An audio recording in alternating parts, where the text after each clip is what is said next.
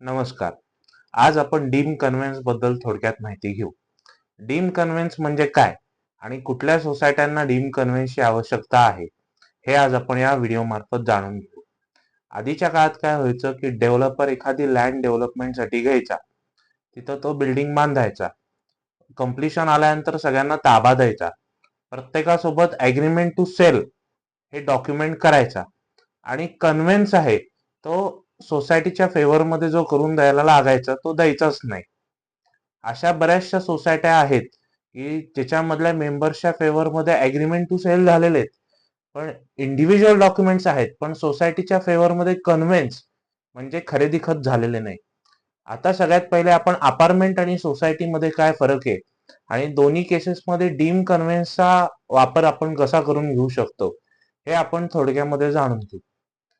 सोसायटीच्या केसमध्ये काय होतं की बिल्डर असतो तो इंडिव्हिज्युअल मेंबर सोबत separate separate agreement to sale करतो आणि कन्व्हेन्स आहे म्हणजे थोडक्यामध्ये मालकी हक्क आहे जमिनीचा आणि बिल्डिंगचा, तो सोसायटीला ट्रान्सफर करतो.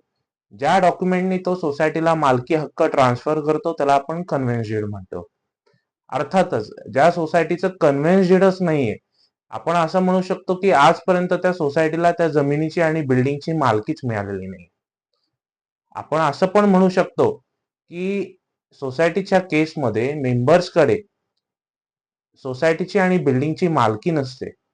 सोसायटीच्या बिल्डिंगची आणि लँडची मालकी आहे ती फक्त सोसायटीकडे असते. अपार्टमेंटच्या केसमध्ये थोडा वेगळा विषय असतो. अपार्टमेंटच्या केसमध्ये बिल्डर बिल्डिंग मानतो, प्रत्येकाच्या फेवरमध्ये ॲग्रीमेंट टू सेल करतो व त्यानंतर एक डॉक्युमेंट करतो ज्याला आपण डीड ऑफ डिक्लेरेशन म्हणतो आणि त्या लँडवर अपार्टमेंटची स्थापना करतो.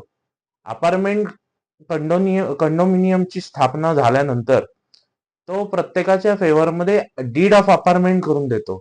डीड ऑफ अपार्टमेंट हे इंडिव्हिज्युअल मेंबर्सच्या फेवरमध्ये होतं.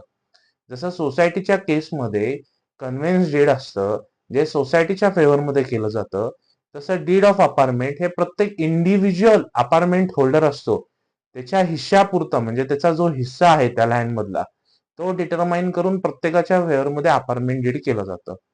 याचाच अर्थ सोसायटीच्या केसमध्ये ज्या अर्थी सोसायटी जमीन आणि बिल्डिंगची मालक असते, तसं अपार्टमेंटच्या केसमध्ये सर्व अपार्टमेंट मेंबर्स जे असतात, अपार्टमेंट होल्डर्स असतात, ते सगळे एकत्र येऊन त्यांची त्या जमिनीमध्ये व बिल्डिंगमध्ये त्यांच्या हिश्श्याच्या अनुषंगाने मालकी असते.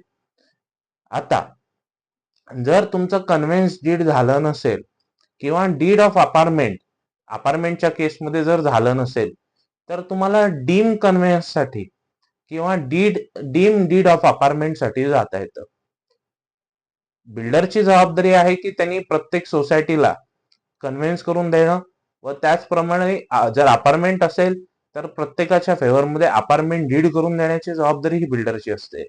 जर त्याने ती बिल्डरनी जबाबदारी पूर्ण केली नाही तर तुम्हाला कन्व्हेन्ससाठी किंवा डीम डीड ऑफ अपार्टमेंटसाठी रजिस्ट्रारकडे कोऑपरेटिव्ह सोसायटी हाऊसिंगच्या रजिस्ट्रारकडे रितसर अर्ज करून तुम्हाला डीम कन्व्हेन्स करून घेता येतं.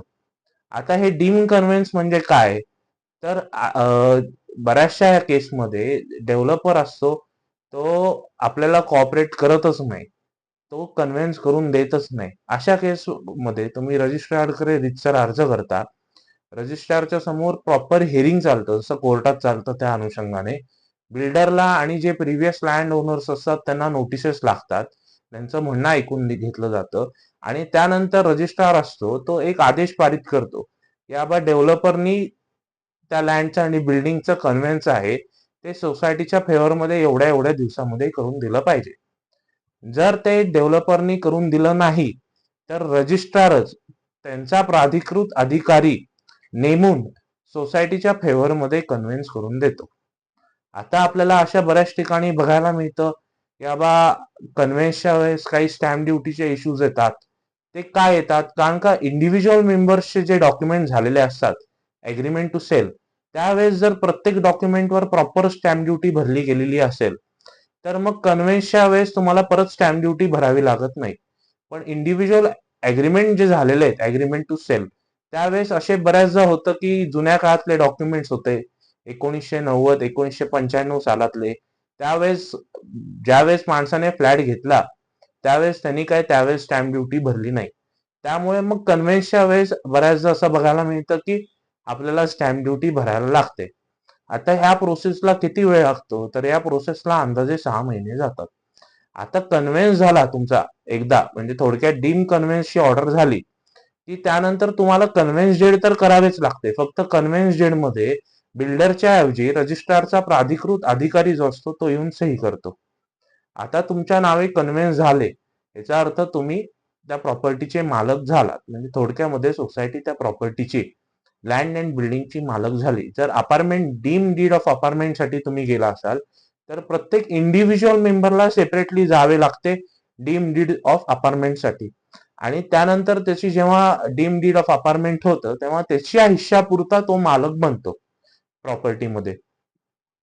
आता रिडेव्हलपमेंटच्या केसेसमध्ये आपल्याला बऱ्याचदा बघायला मिळतं की छोट्या 5-6 गुंठ्यामधले अपार्टमेंट असतात, त्यांचे अपार्टमेंट डीड झालेले नसते.